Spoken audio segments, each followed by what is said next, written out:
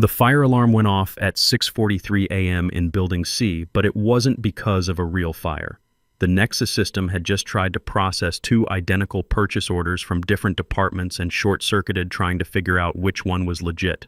Double billing, double shipping, pallets showing up with the same part numbers but different priority codes. That's when I knew we were in deep trouble, but nobody else had a clue what was coming. But I'm getting way ahead of myself here. Name's Michael Davidson, 48 years old. And for the past 15 years, I've been the guy keeping Titan Manufacturing's digital backbone from collapsing like a house of cards in a windstorm.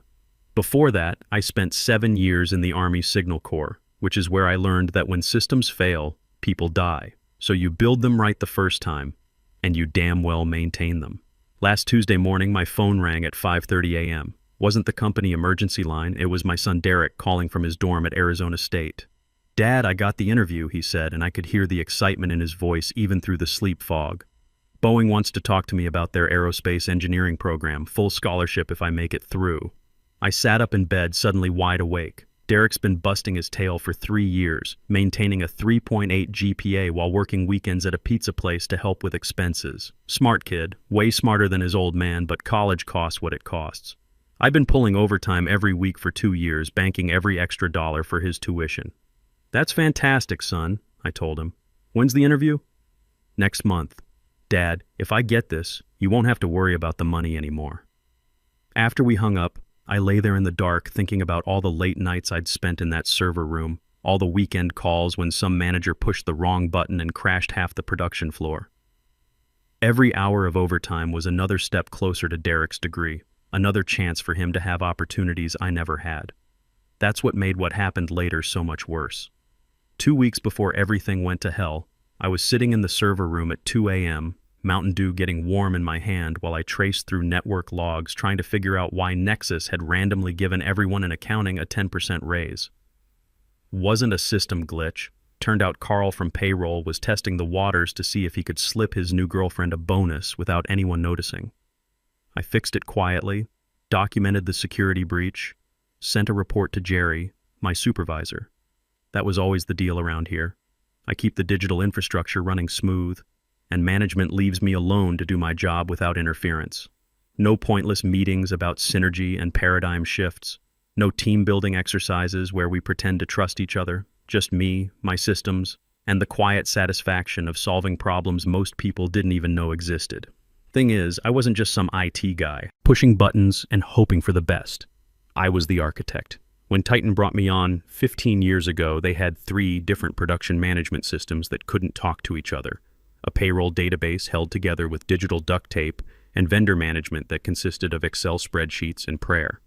I built Nexus from the ground up, using everything I'd learned keeping communication networks running in Bosnia when mortars were falling and equipment was failing left and right. You don't build systems for sunny days. You build them for when everything goes wrong at the worst possible moment. Nexus wasn't just software running on some server in the basement, it was architecture. Triple redundancy, military-grade encryption, biometric security protocols that I'd adapted from classified networks. Production scheduling, inventory management, payroll processing, quality control databases, safety monitoring systems, vendor communications, shipping logistics, everything flowed through Nexus like blood through arteries. And every single access point required my personal authorization. Not because I was on some power trip, but because I'd seen what happens when you give too many people the keys to critical systems. Some 22-year-old intern clicks the wrong button during a software update, and suddenly your entire production floor is down for 3 days while you try to rebuild everything from backup tapes. So yeah, maybe I did expense a few $1,000s every quarter for what I called training courses. Security certifications, enterprise licensing agreements, 0-day vulnerability workshops. The finance department approved them automatically because they trusted me, and because the alternative, having our systems compromised by hackers or crashed by incompetence, would cost a hell of a lot more than $12,500 in training. My supervisor, Jerry, understood this. He'd been around long enough to remember the dark days before Nexus, when a simple inventory update could take 3 hours and half the time the numbers were wrong anyway. The CEO, Richard Winters, understood it too, even if he never said much about it directly. He just knew that since I'd arrived, the manufacturing floor ran like clockwork, deliveries went out on time, and customer complaints dropped to practically nothing. But understanding is a fragile thing, and it only takes one person who doesn't get it to tear down what took years to build. Cassandra Winters showed up on a Monday morning in late September, wearing designer heels that clicked against the concrete floor like a countdown timer. Fresh MBA from some expensive school, 29 years old, and the newest VP of operations at Titan Manufacturing. Also happened to be married to Richard's son, which probably had nothing to do with her rapid promotion from recent college graduate to executive management. Word around the plant was she'd gotten kicked out of her previous job for trying to modernize a family business that had been running successfully for 50 years. Something about implementing agile methodologies and disruptive innovation until the disruption put them out of business entirely. But here she was, strutting around the production floor like she'd personally designed every machine, talking about digital transformation and leveraging synergies to guys who'd been building aircraft components since before she was born. On her second week, she cornered Jerry by the coffee machine and asked, "Why is this Michael person charging the company for random training courses?" Jerry, bless his heart, tried to explain. "Because if he stops learning this stuff, our systems get hacked and we're all out of jobs." "But who approved these expenses?" she pressed. "There's no documentation showing management sign-off." "Michael's been handling this stuff for 15 years, Jerry said, starting to look uncomfortable. "We trust his judgment on technical requirements." "Trust isn't a budget category," Cassandra replied. And Jerry later told me her smile looked like she'd just found a $20 bill on the sidewalk.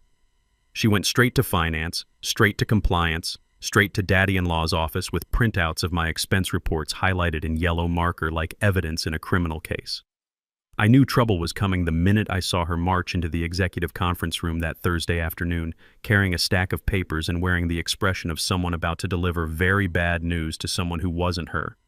The countdown had started, and I was the only one who knew it. The meeting was supposed to be about Q3 productivity metrics and employee engagement initiatives. 2 hours of PowerPoint slides explaining why a pizza party should make up for the fact that they'd frozen our cost of living adjustments for the third straight year running. I showed up because the email said mandatory attendance, and after 15 years at Titan, I'd learned not to give management any excuse to write me up for non-compliance. I sat in my usual spot in the back row, nursing coffee that tasted like it had been filtered through old shop rags, and half listening to middle management explain charts they obviously didn't understand. Nobody paid attention to me sitting there. Nobody ever did. I was part of the furniture, the quiet guy who fixed things when they broke and stayed out of everyone's way the rest of the time. That lasted until Cassandra clicked to slide 7 and made my name the headline in 24-point bold font. "Before we discuss engagement strategies," she announced, her voice carrying that special tone people use when they're about to ruin someone's day, "I think we need to address accountability in our operational expenses." The room went dead quiet. My name sat there on the projection screen like an indictment. Michael Davidson. Expense irregularities under review. I felt every head in the room turn toward me, necks swiveling like they were all connected to the same motor. She didn't look at me yet. She was savoring the moment, feeding off the uncomfortable silence like a vampire at an all-you-can-eat blood drive. "I've conducted a comprehensive audit of recent departmental expenditures," Cassandra continued, clicking to the next slide which showed a breakdown of my quarterly expense reports. "This employee has been using company funds for unauthorized training programs, certifications, and licensing fees, essentially treating our operational budget like his personal education fund."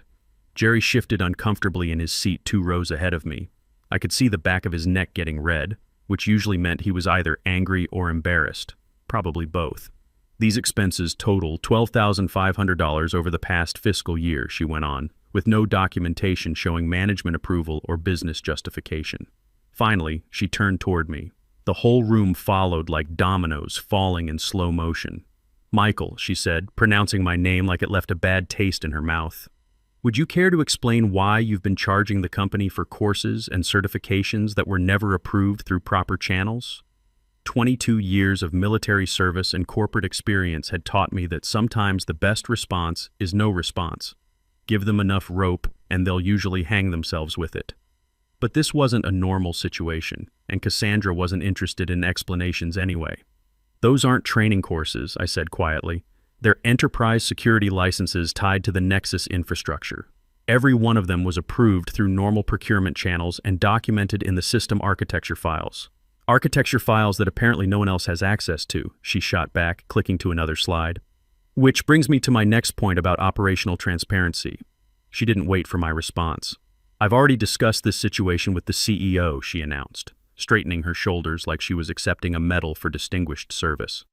Effective immediately, your employment with Titan Manufacturing is terminated.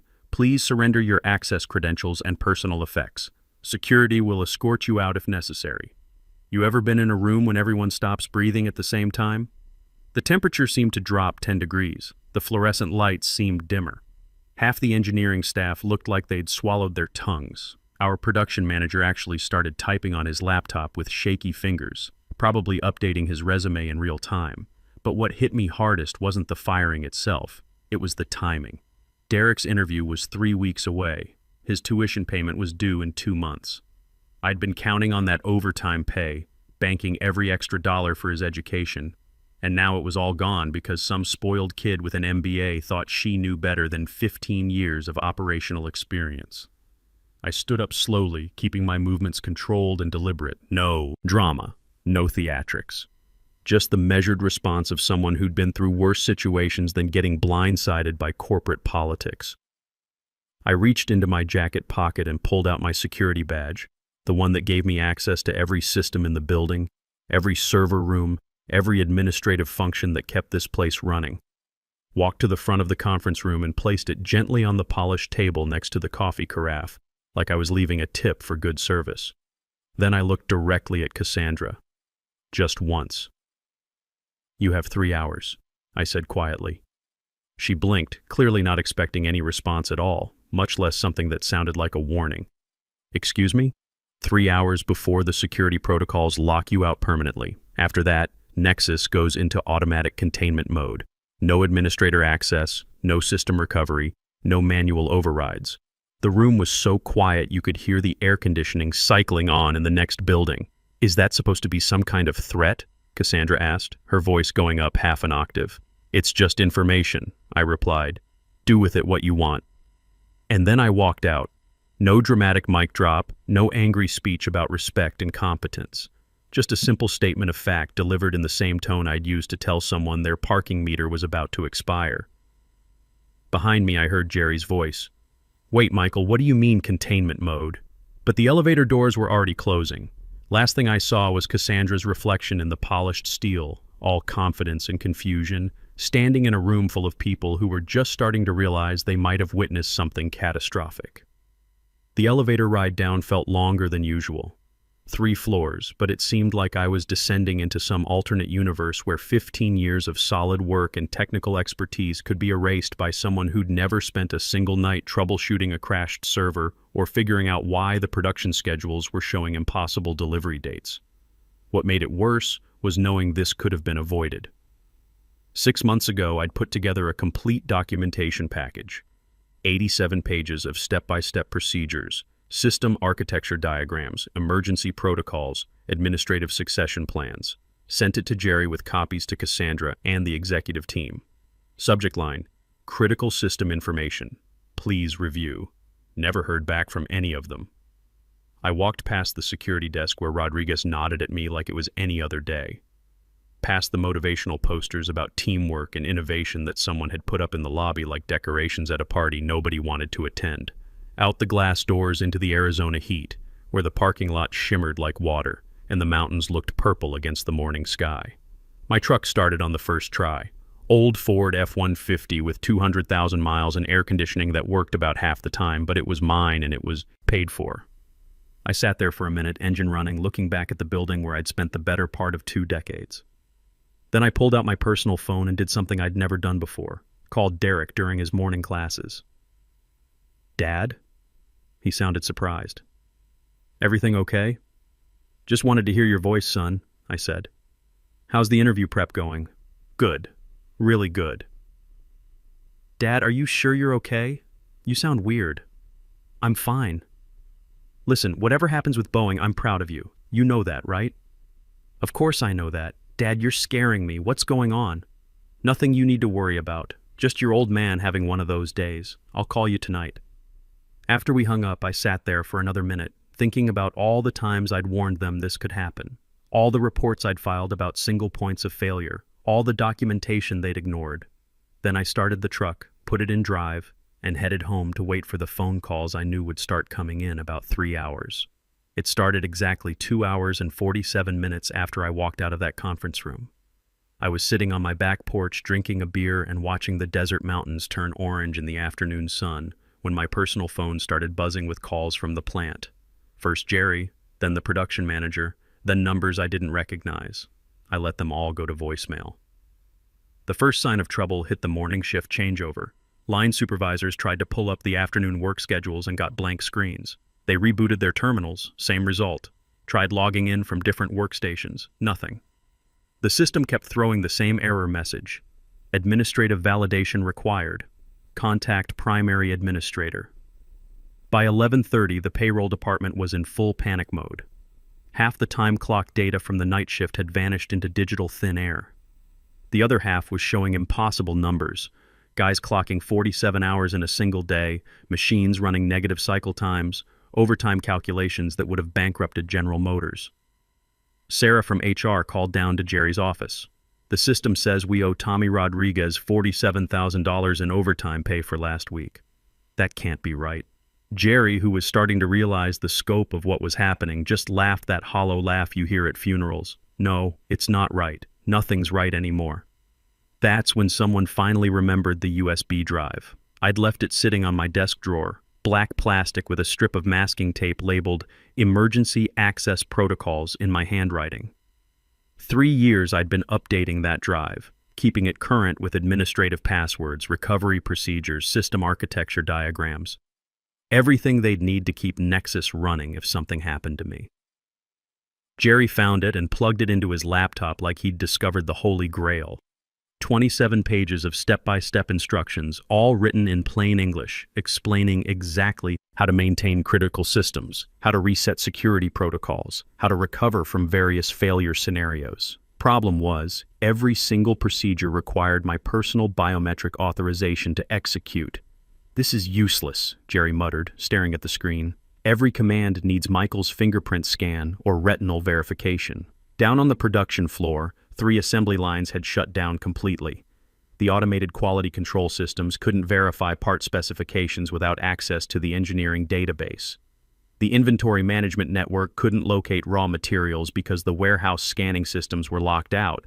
Even the employee cafeteria was having problems because the point-of-sale terminals couldn't process lunch purchases without connecting to the central financial database. By 12:15, Cassandra was no longer riding high from her morning victory. She was standing in the middle of the IT department, watching Jerry and 2 other technicians frantically trying to restart systems that kept rejecting every command they entered. "Can't you just override it?" she demanded, her voice starting to crack around the edges.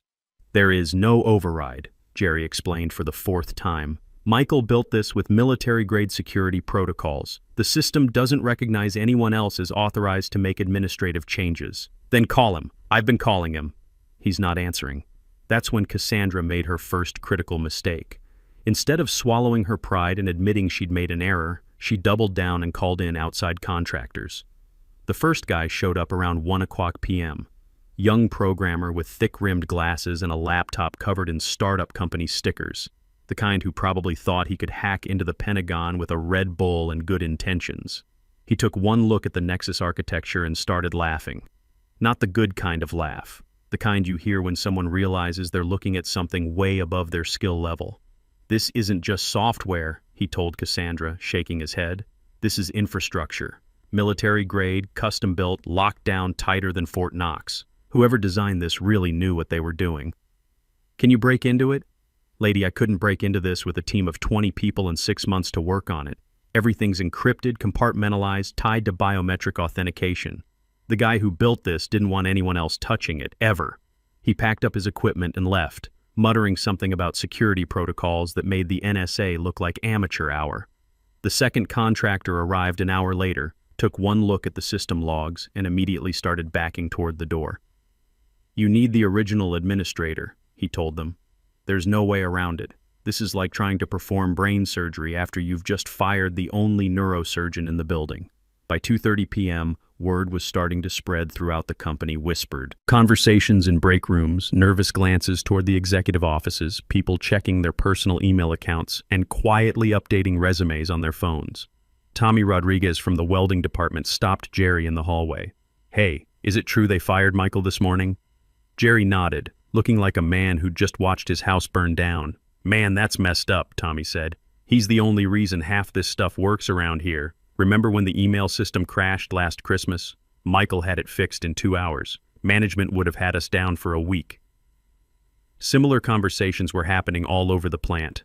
People remembering the countless times I'd saved the day, fixed problems before they became disasters, kept the digital machinery running so smoothly that most folks never even knew there were problems to fix. But remembering doesn't restart crashed servers or unlock encrypted databases. At exactly 2:47 p.m., 3 hours after I'd placed my security badge on that conference table, Nexus went into full security lockdown mode. Every terminal in the building displayed the same message: security protocol activated, administrative override required, system status, containment mode engaged. And underneath that, in smaller text that I'd added years ago during a late-night debugging session, "Have a nice day." That's when the real panic started. Production lines grinding to a halt, shipping schedules wiped clean, vendor payments frozen mid-transaction, customer orders stuck in digital limbo. The safety monitoring systems that tracked everything from air quality to equipment temperatures went dark, meaning they had to shut down entire sections of the plant to comply with OSHA regulations. Richard Winters, who'd been in back-to-back meetings all day and hadn't heard about the firing until 3 p.m., came storming down to the IT department like a man whose hair was literally on fire. "What the hell is going on down here?" he demanded. Jerry looked up from his computer, which was displaying the same unhelpful error message as every other terminal in the building.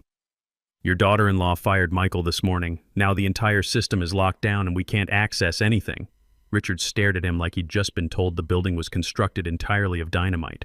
"She fired Michael? The Michael? The guy who built everything?" "That's the one. Where is he?" Not answering his phone. Richard Winters, CEO of an $85 million manufacturing company, walked over to Jerry's desk and very quietly said a word that would have gotten him fired from most churches. Then he pulled out his personal cell phone and dialed my number. I was still sitting on my back porch when that call came through. I looked at the screen, saw Richard's name, and let it go to voicemail just like all the others. The phone immediately started ringing again. I let Richard's call go to voicemail 6 times before I finally decided to listen to what he had to say. His voice sounded like a man who'd just watched his life's work circle the drain. "Michael, this is Richard Winters. I need to speak with you urgently about returning to Titan Manufacturing. We're prepared to discuss a significant adjustment to your compensation package and responsibilities. Please call me back immediately." The next voicemail was more desperate. "Michael, please. I just found out what happened this morning. Cassandra acted without my knowledge or approval. We can fix this." The third one was just begging. "Michael, the entire plant is shut down. We've got $2 million in orders that can't ship, payroll that can't process, and safety systems that won't respond. I'll give you whatever you want. Name your price." I finished my beer, went inside, and typed out a simple text message. "Currently unavailable. Best of luck with your digital transformation initiatives." Then I turned off my phone and went to make dinner. What I didn't know at the time was that things were getting much worse at Titan. By 4 p.m., they'd lost contact with 3 major customers whose automated ordering systems couldn't connect to Titan's database. 2 suppliers had called to report that their invoices were bouncing back as undeliverable. The bank had frozen the company's operational accounts because the daily financial reconciliation reports hadn't been transmitted.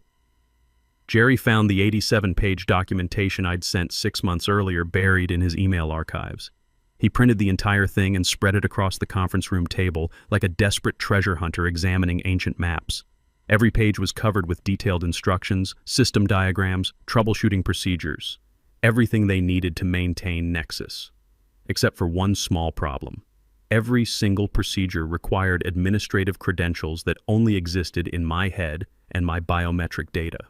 "It's like he gave us the recipe for chocolate cake," Jerry told Richard, "but every ingredient is locked in a vault that only opens for his fingerprints." By Wednesday morning, the situation had gone from crisis to catastrophe. Production lines that should have been running 3 shifts were sitting silent. The automated inventory system had somehow ordered 50,000 units of a bolt that cost $2.50 each, while simultaneously canceling orders for the raw materials needed to fulfill existing contracts. But the real kicker came when the safety monitoring system started throwing critical alerts. Without access to maintenance schedules and equipment histories, they couldn't verify that any of their machinery was safe to operate. OSHA regulations required immediate shutdown of any equipment that couldn't be certified as properly maintained.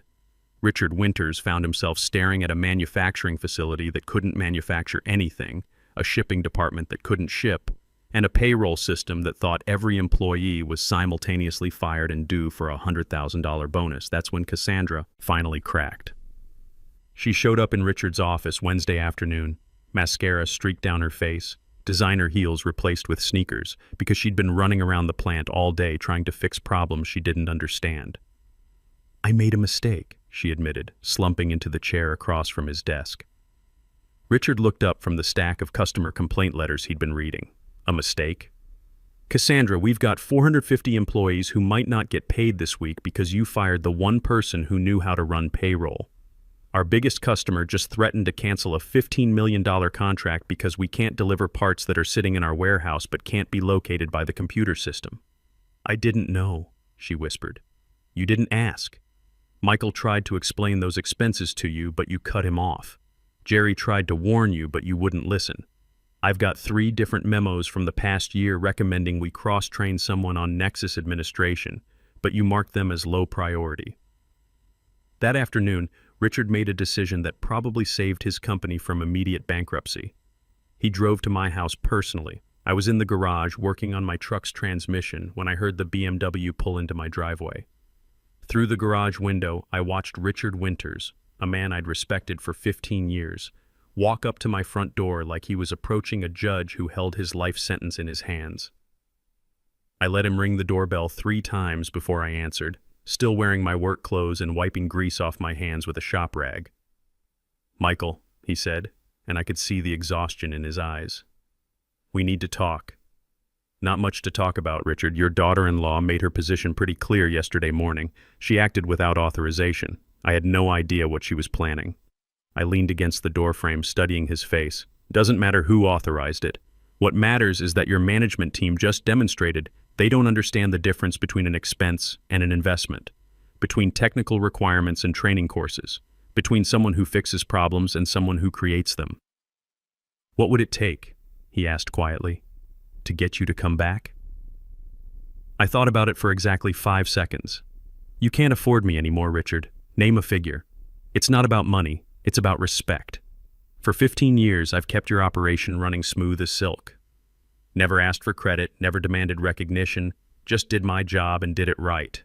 Then some kid with an MBA spends 2 weeks looking at spreadsheets and decides I'm the problem." Richard nodded slowly. "You're right. We screwed up." "No," I corrected him. "You let someone else screw up on your behalf. Which is worse." That evening, Derek called from campus. "Dad, I heard Boeing moved up my interview to next week. Apparently they're impressed with my portfolio." "That's great, son. You sound different. Good different, like you're not stressed about something for the first time in months." After we hung up, I sat on my porch with another beer and thought about all the job offers I'd turned down over the years. Cochran Industries had been trying to recruit me for 3 years. Double the salary, full benefits, stock options, and my own department to run however I wanted. Friday morning, I drove to Phoenix and walked into their executive offices wearing my best shirt and carrying my resignation letter from Titan, the one I'd written but never submitted because I'd been fired first. "We heard about what happened," their CTO said, sliding a contract across the conference table. 40% salary increase, signing bonus, and full autonomy over system architecture. "When can you start?" I read through the terms carefully the way my old sergeant taught me. When something seems too good to be true, look for the small print. But there wasn't any catch. They just wanted someone who could build systems that worked and keep them working. "Monday," I said, and signed the contract. That weekend, my phone started ringing again. Richard, Jerry, even Cassandra left increasingly desperate voicemails. By Sunday, the messages weren't about getting me back. They were begging me to just tell them how to restart Nexus so the company wouldn't collapse completely. I listened to each voicemail once, then deleted them. Monday morning, I showed up at Cochrane Industries with my coffee mug and a sense of satisfaction I hadn't felt in years. Same job skills, better pay, people who actually understood the difference between critical infrastructure and optional expenses. 3 weeks later, Derek called with news that made everything worthwhile. "Dad, I got it. Full scholarship plus a paid internship. Boeing wants me to start this summer. I'm proud of you, son." "Dad, whatever happened at your work, it all worked out, didn't it?" "Yeah," I said, looking out my new office window at the Phoenix skyline. "It all worked out just fine."